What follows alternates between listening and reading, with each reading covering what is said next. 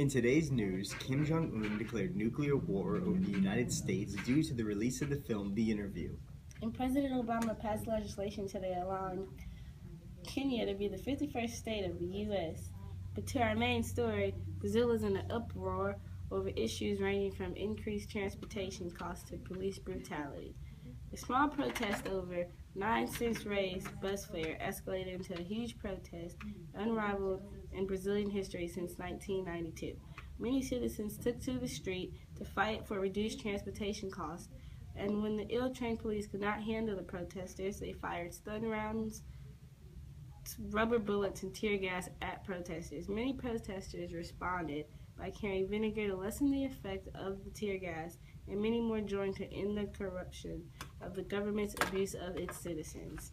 As the protests grew, so did the demand. Many condemned the government for spending 7 billion reals on the World Cup stadium alone, while many schools and hospitals were in third world conditions.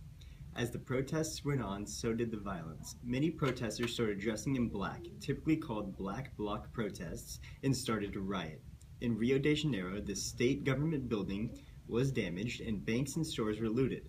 In Brasilia, the Brazilian Foreign Ministry, the central bank buildings, and the National Cathedral were targeted by protesters and destroyed.